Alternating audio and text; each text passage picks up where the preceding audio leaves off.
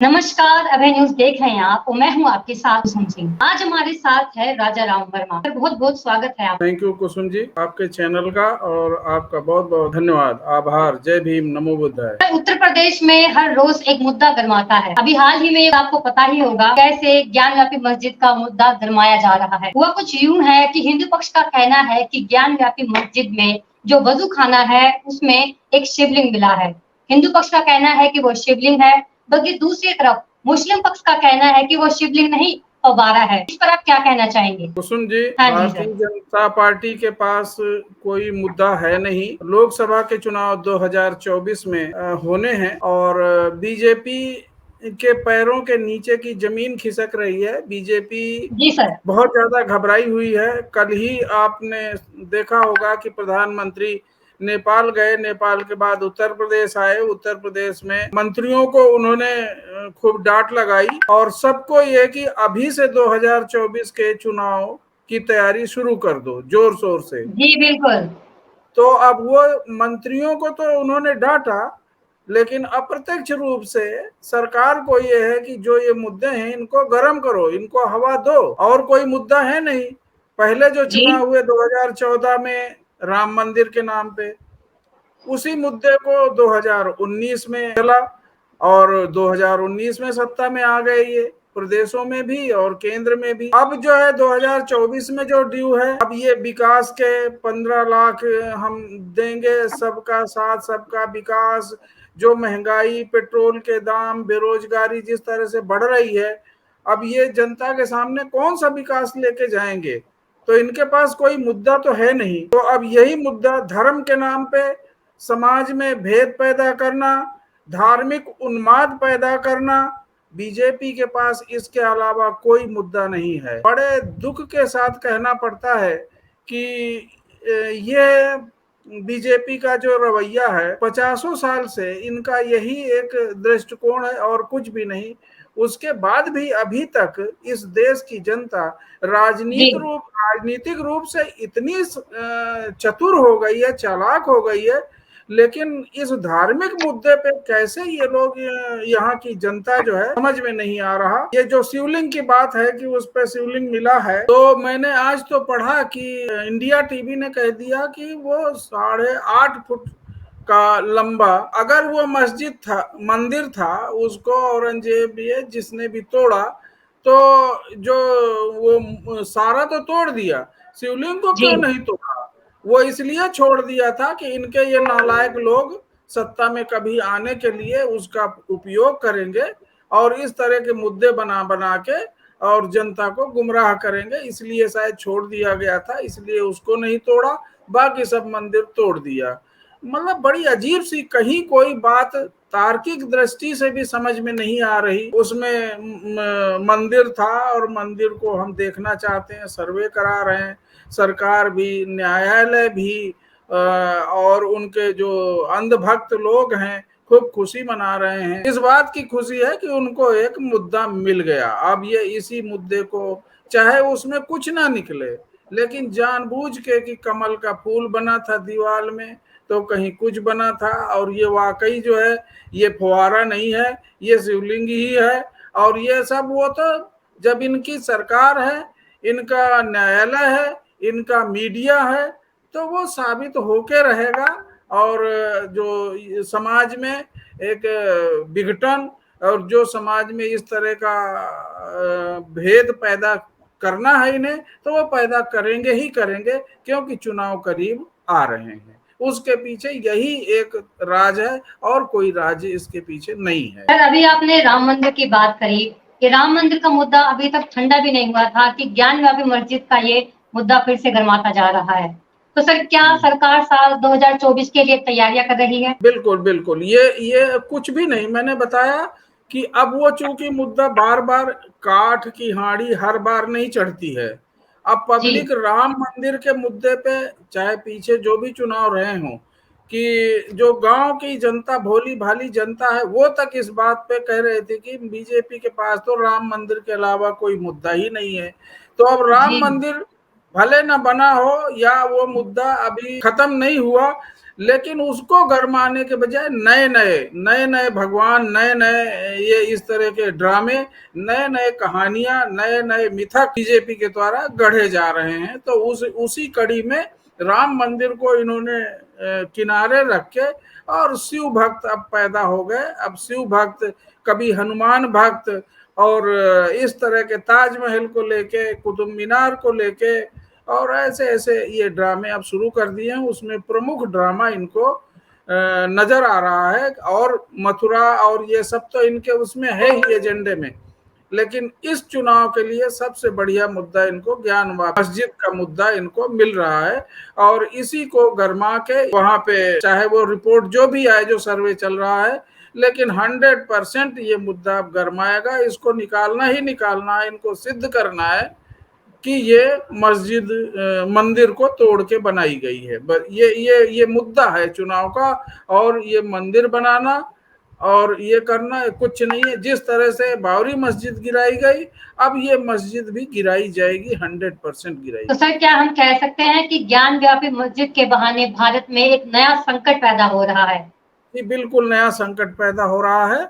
और ना केवल यही नहीं, राम मंदिर का तो मुद्दा एक संकट था ही, ये दूसरा संकट, अभी तीसरा संकट मथुरा में जो मस्जिद है वो, फिर कुतुब मीनार, फिर ताजमहल, ये सब मुद्दे गरमाएंगे। ये ठंडे पड़ जाते ये मुद्दे, इनकी औकात नहीं इसमें बोलने की। लेकिन यहाँ के जो दलित और पिछड़े या मुस्लिम, ये उनकी कमजोरी के कारण, ये मतलब उनको दिख रहा है, अपना भविष्य दिख रहा है, उसके बाद भी उनको अकल नहीं आ रही। तमाम जगह बटे हुए हैं, तमाम उन्होंने संगठन बना रहे हैं। ये इसको मैं बताऊं, ज्ञानवापी मस्जिद है, ये दुनिया में कहीं भी किसी हिंदू राजा के नाम पे नहीं है। ये मस्जिद कहीं भी, जहां कहीं भी है, ये एक अपवाद है, ये हिंदू राजा के नाम पर ज्ञानवापी। मैं इसकी हिस्ट्री आपको बता दूं कि महाराजा ज्ञान सिंह राणा के नाम पे ये मस्जिद बनी है। जो ज्ञान मस्जिद है, ये ज्ञान सिंह राजा था। अब 2 मिनट में इसकी हिस्ट्री अगर कहिए तो मैं बता दूं। तो ये औरंगजेब, जिस समय की ये लोग बात कर रहे हैं 16वीं शताब्दी में, तो औरंगजेब असम में जो नागा आंदोलन था उसको दबाने के लिए औरंगजेब जा रहा था अपने लश्कर के साथ में।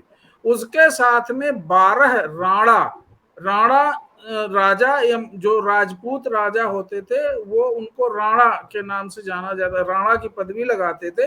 तो 12 राजपूत राणा इनके साथ अकबर की सेना में लड़ने के लिए गए। तो जब असम पहुंचे, असम में उन्होंने नागा विद्रोह को दबा के वहां से जब लौट रहे थे, तो ये बनारस में रुके। रुकने के बाद उन्होंने औरंगजेब से कहा कि जो लाव लश्कर होता था, जो राजा होते थे, उन रानियां वो भी साथ में रहती थी। तो वहां पर रुके कि हमारी जो रानियां हैं वो, ये यहाँ पर वो मंदिर है, शिव का मंदिर है, उसमें अभिषेक करना चाहती है, उसमें रुक के पूजा करना चाहती है। तो औरंगजेब ने कहा कि बहुत अच्छी बात है, ठीक है। 1 दिन के बजाय उन्होंने 2 दिन का समय दिया। 2 दिन का समय देने के बाद वो पूरी सेना, वहां गंगा नदी है, गंगा नदी के दूसरे उस तरफ रुकी हुई थी।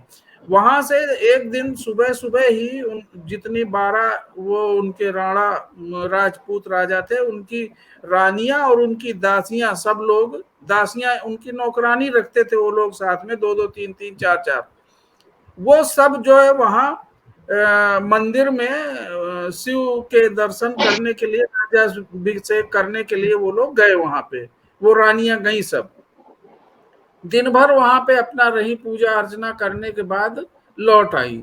लौटने के बाद शाम होते होते पता ये चला कि एक राजा, ये जो ज्ञान सिंह जिसका नाम था, महाराजा ज्ञान सिंह राणा, इसकी रानी और इसके साथ जो दासियां गई थी वो वापस नहीं आई। अब सब जगह खोजबीन चालू हुई, उनका सब ढूंढना हुआ, ये हुआ, रात तक खोजबीन चालू रही। और सुबह जाके उसी को मंदिर में फिर खोजा गया, तो उसके तहखाने में उनकी दासियों का, उनकी रानी का छत बिछत अवस्था में शव मिला। तो ये जब खबर सुनी तो जित 12 राजा थे, ये राणा थे, ये लोग सब बहुत क्रोधित हो, वहां के जो लोग पंडे पुजारी जितने लोग थे 150 सबको पकड़वा लिया राजा ने। और सबसे पूछताछ करने के बाद उन्होंने कोई बात कबूली नहीं कि हाँ कौन इसके पीछे ये था, उन्होंने कुछ भी नहीं बताया। तो जब नहीं बताया तो उतने जितने लोगों को पकड़वाया था सबको सामूहिक दंड, सबका कत्लेआम करा दिया, राजा ने मरवा दिया। तो ये राजा का धर्म है, अगर जो अपराधी है, अगर नहीं है अपराधी सिद्ध है, तो वो सभी को अपराधी मान के उन सबको कत्लेआम करा दिया। और ये जो राजा था ज्ञान सिंह, इसके नाम पर ऐलान कर दिया कि उसने खुद अपने 12 राजाओं के साथ, औरंगजेब इसमें बिल्कुल उसका कोई वो नहीं था, इन 12 हिंदू राजाओं ने उस मंदिर को तहस नहस कर दिया 2 दिन के अंदर अंदर, वो सब तोड़ दिया और उन जितने भी अपराधी थे उनको दंड दिलवाया। उसके बाद वो सेना वहां से चली गई। फिर वहां पर लोगों ने इनके नाम पे एक मस्जिद बनाई, क्योंकि एक परिवार उसमें से बचा था जिसका गंगा भट्ट उसका नाम था। गंगा भट्ट का परिवार बच गया था, शिवाजी महाराज का राज्याभिषेक किया था, उसने जगह जगह सबसे पैसा चंदा मांगा कि ये मंदिर गिर गया है, इसको औरंगजेब के राजाओं ने तोड़ दिया है, तो हमको पैसा दे दो तो ये हम इसको बनवा दे। किसी आदमी ने, चाहे हिंदू हो चाहे कोई भी राजा या बड़ा आदमी, 1 रुपया किसी ने नहीं दिया कि ये अपवित्र हो गई जगह, यहाँ अपराध हुआ है, इस जगह मंदिर बनेगा तो हम कोई पैसा नहीं देंगे, इसमें पूजा नहीं करेंगे। फिर भी उसने वहीं पड़ोस में जो राज्याभिषेक में उसको पैसा मिला था गंगा भट्ट को, शिवाजी के राज्याभिषेक में, उसी पैसे से उसने वहां पर कहीं मंदिर वंदिर बनाया। लेकिन बाद में इसकी जगह एक भव्य मस्जिद का निर्माण हुआ, जब उसमें कोई पूजा अर्चना नहीं करता था, उसमें कोई जाता नहीं था, तो वहां पर एक मस्जिद बनाई गई और ये राजा के नाम पे, महाराजा ज्ञान सिंह राणा के नाम पे ये मस्जिद बनाई गई। तो यही एक ऐसी जो मस्जिद थी, मस्जिद है अभी भी, जो हिंदू राजा के नाम पे इसका नामकरण किया गया। तो ये एक अपवित्र जगह थी, इसमें कोई शक नहीं। ये ब्रिटिश गजेटियर में ये पूरा इसका जो राजा जो अंग्रेज थे, ये एक एक डेट वाइज ये लोग घटना लिख के गए हैं सब पूरा इतिहास में। भले इसको तो इस घटना को ना लिखा गया हो, जितनी भी इन हिंदू राजाओं इनके द्वारा जो घटनाएं घटी, अपराध हुए, उन अपराधों को इतिहास में कहीं जगह नहीं मिली है। बस केवल ये मुसलमानों को बदनाम करने के लिए इस तरह की घटनाएं, ये कहानियां गढ़ दी। उस समय भी इन्होंने ये कहानियां गढ़ी कि औरंगजेब ने सारे लोगों हिंदुओं का कत्लेआम करा दिया था, जबकि वो जो अपराधी थे, वो राजा का धर्म होता है कि अपराधियों को सजा देना, तो अपराधियों का उसने कत्लेआम कराया था, ना कि हिंदू राजाओं का, हिंदू लोगों का कत्ल कराया था। तो ये ज्ञान व्यापी मंदिर का, मस्जिद का ये इतिहास है। लेकिन सर कुछ इतिहासकारों का या हिंदू संगठन ले लीजिए या हिंदू पक्ष को ले लीजिए, उनका कहना है कि औरंगजेब एक कट्टर मुसलमान था, उसने जानबूझकर हिंदुओं को मारा और वहां पर मंदिर बना दिए मस्जिद की जगह। इस पर क्या कहेंगे आप?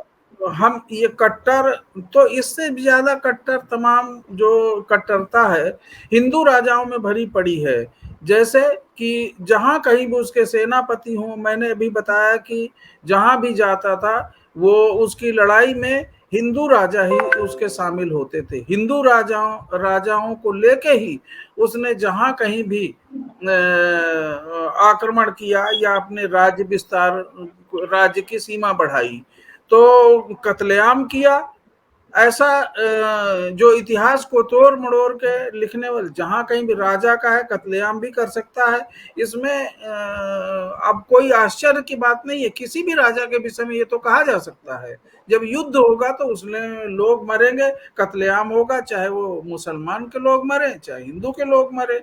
और वो इस तरह का कि बहुत ही कत्लेआम करने वाला और बहुत हिंदुओं के विरुद्ध था, ऐसे इतिहास में ये तोड़ मोड़ों की घटनाएं कहीं कहीं जानबूझ के लिखी गई हैं, जबकि जो उसका शासन या उसके जो सेनापति या लड़ने वाले लोग या ऐसे थे, उसमें ऐसा नहीं है कि उसके सारे लोग मुसलमान रहे हों, सब वो हिंदू ही, उसके सैनिक सिपह सलार या जो सेनापति हुआ करते थे इन राजाओं के, वो हिंदू ही सेनापति ही होते थे।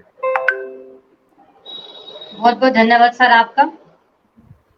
जी धन्यवाद, धन्यवाद जी, धन्यवाद। तो ये थे हमारे साथ राजा राम वर्मा, जिन्होंने ज्ञान व्यापी मस्जिद के इतिहास के बारे में पूरे तरीके से हमें बताया कि किस तरीके से ज्ञान व्यापी मस्जिद को एक बहलाया जा रहा था, लोगों में फुसलाया जा रहा है कि ज्ञान व्यापी मस्जिद शिवलिंग है या फव्वारा है। बाकी की खबरों को जानने के लिए देखते रहिए हमारे साथ।